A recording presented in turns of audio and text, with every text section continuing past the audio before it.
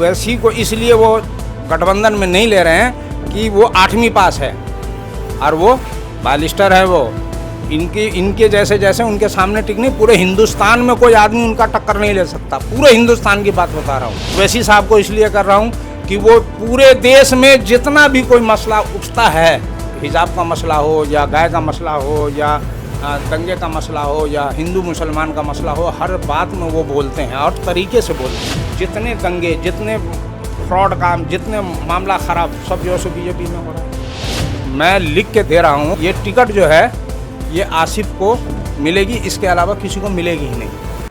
तो हम फिर दूसरी जगह आए हैं यहाँ पर बात करने के लिए, और यहाँ पर हमारे साथ अंकल मौजूद हैं। उनसे बात करेंगे कि आखिर विधानसभा चुनाव को लेकर के जो है क्या माहौल है और वो क्या सोचते हैं। चलिए उनसे बात करते हैं। तो अंकल, आप सबसे पहले अपना नाम बताइए। मेरा नाम मोहम्मद तौकीर है जी। मैं दमला का रहने वाला हूँ। अभी जिस हिसाब की तशरीह चल रही है हमारे बिस्फी ब्लॉक की, तो बिस्फी ब्लॉक में जो फैयाज साहब हैं, तो अल्हम्दुलिल्लाह उनको सपोर्ट होनी चाहिए। और कोई आदमी अगर जो है सो उनके विपक्ष में खड़ा हो रहा है, मुसलमान ख़ास तौर के, तो वो मुरक्ता कर रहा है, वो अच्छा काम नहीं कर रहा है। इसलिए नहीं अच्छा कर रहा है कि आज अगर उसके साथ में मान लीजिए कि बिचौल की सपोर्ट करने वाले कर रहे हैं, और बिचौल में और फैयाज साहब में आसमान ज़मीन का फ़र्क है। आसिफ के जो आसिफ खड़ा होगा अभी, और टिकट तो आसिफ ही को मिलेगी। अच्छा, ये पक्का तय है कि आसिफ अहमद को ही मिलेगा? मैं लिख के दे रहा हूँ मोहम्मद तौकीर दिल्ली से कि ये टिकट जो है ये आसिफ को मिलेगी, इसके अलावा किसी को मिलेगी ही नहीं। ऐसे आप दावे के साथ कैसे कह सकते? मैं जानता हूँ ना इस बात को, क्योंकि मेरा भी तो कोई सर्कल है, और मैं जानता हूँ इस बात को कि सिर्फ फैयाज साहब के बेटे आसिफ अली के अलावा टिकट को आपके बिस्फी ब्लॉक में किसी को नहीं मिल सकता आरजेडी से।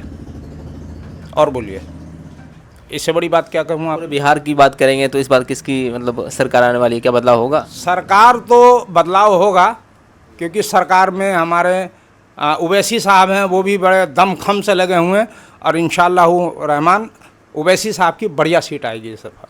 तो आप जिस तरह बोल रहे हैं कि ओवैसी साहब की मतलब अच्छी सीट आएगी, इस बार तो गठबंधन हुआ भी नहीं, वो पेशकश भी आरजेडी के सामने रखे कि महागठबंधन में हमको भी शामिल कर लो और हमें कुछ नहीं चाहिए, बस 6 सीटें चाहिए, लेकिन महागठबंधन की तरफ से कोई रिस्पांस नहीं आया। देखिए, ऐसा होता है कि एक समुंदर है और एक नदी नाला है, तो नदी जो है वो समुंदर से नहीं टकरा सकती।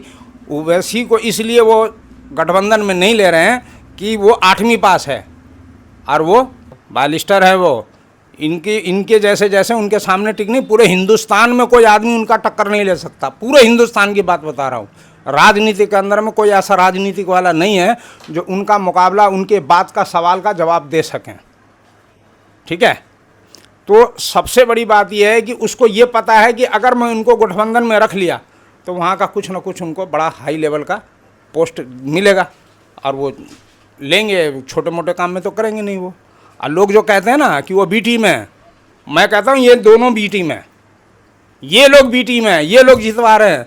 आपको क्यों दरी बिछवाते हैं? आपको क्यों नहीं एमएलए बनाते? क्यों नहीं काउंसलर बनाते? क्यों नहीं पीएम बनाते? क्यों नहीं सीएम बनाते? काहे नहीं बनाते? आपके अंदर में क्वालिटी नहीं है? बहुत क्वालिटी है, लेकिन आपको ना छोड़ करके वो अपने ही, ये बाप है, ये दादा है, ये नाना है, ये खाला है, ये बुआ है, वही रहेगा। बाकी सब गुलामी करेंगे, दरी सीधी करेंगे, जूते चप्पल उठाएंगे आपके। बताओ, ऐसा होता है क्या?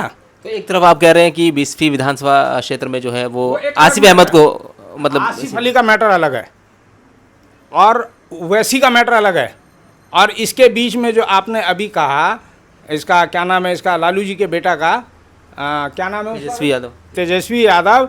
तो तेजस्वी यादव अगर अच्छा आदमी होता तो उनको साथ में क्यों नहीं रखा? वो 8वीं फेल, 9वीं फेल, और वो कहाँ बालिस्टर। फ़र्क नहीं है या फ़र्क है या नहीं है?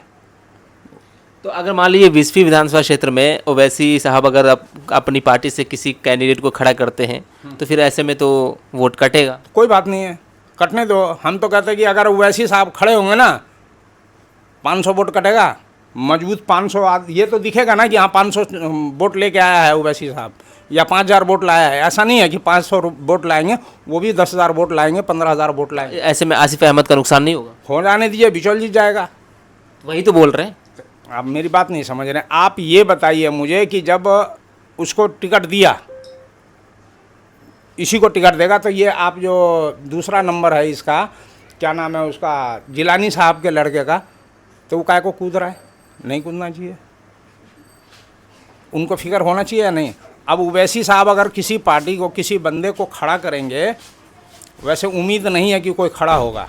अगर खड़ा हो गया तो ओवैसी साहब भी वोट काटेंगे, वोट लेंगे। वो हर आदमी देखिए, एकदम से कोई आदमी तो एकदम तरक्की करता नहीं है, धीरे धीरे धीरे धीरे धीरे धीरे वो आएंगे सत्ता में। लेकिन इस बार तो उनकी 20 से 25 सीट पक्की है ही।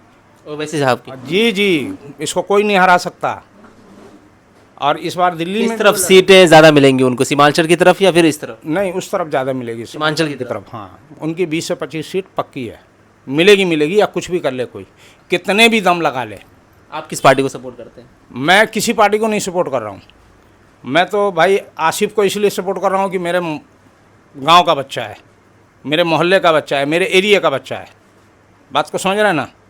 और दूसरा नंबर ये है कि ओवैसी साहब को इसलिए कर रहा हूँ कि वो पूरे देश में जितना भी कोई मसला उठता है, हिजाब का मसला हो या गाय का मसला हो या दंगे का मसला हो या हिंदू मुसलमान का मसला हो, हर बात में वो बोलते हैं और तरीके से बोलते हैं। अगर मैं गलत हूँ तो बता दो आप मुझे। तो अच्छे आदमी की कदर करना है, जो बेहतर आदमी है उसकी कदर करना है, झूठे की कदर नहीं करना है। झूठे की कदर वो करते हैं, झूठे की सहारा वो लेते हैं जो अच्छे लोग नहीं होते हैं, जिनको दलाली करनी होती है। वो दलाल नहीं है, वो अच्छे लोग हैं। अब रही बात आसिफ साहब की, तो आसिफ साहब तो अपना बच्चा है, मेरे मोहल्ले का है, मेरे एरिए का है, मेरे ज़िले का है। तो गलत है तो बता दीजिए आप मुझे। किसकी सरकार बनते हुए देख रहे हैं इस बार? मैं बदलाव देख रहा हूँ कि सरकार नहीं बनती किसी की भी, और जब तक ओवैसी को नहीं लेगा कोई सीट नहीं, कोई किसी की सरकार नहीं बनेगी। ओवैसी साहब को लेना पड़ेगा, कोई सरकार बनेगी तो भी सरकार बनेगी, नहीं तो नहीं बनेगी। तो उसके बाद ओवैसी साहब बोलेंगे कि मंत्री का पद दो हमको? लीजिए, उनको पद की ज़रूरत नहीं है, आप नहीं समझ रहे हैं। उनको पद की ज़रूरत नहीं है, वो अपने झंडे को, मुसलमानों को और दलितों को, और जो पिछड़े हैं उनको ऊपर करने के लिए वो काम कर रहे हैं। वो किसी कौम के लिए नहीं काम कर रहे हैं। तो कांग्रेस भी वोटर अधिकार यात्रा में तो यही कहती आ रही है बार बार कि हम दलित और जो गरीब लोग हैं जो बिहार से पलायन करके गए हैं उनकी बात कर रहे हैं। ये बताइए आप, इंदिरा गांधी जी थी या नहीं थी, राजीव गांधी थे या नहीं थे, उनका बेटा है ना, ये है ना, उनका अधिकार है देश के अंदर में बहुत कुछ ना। आज जो चीज़ आपकी 10 रुपए की थी वो सीधे 500 रुपये की हो गई। वो किसने किया? ये तो अभी बीजेपी की सरकार है ना। तो बीजेपी ने किया ना। और ये कांग्रेस की सरकार थी, आज कुछ भी तेल बिक गया, फलाना बिक गया, ढकाना बिक गया, सब कुछ बेच दिया इन लोगों ने मिल करके 14 साल के अंदर में। बेच दिया या नहीं बेच दिया?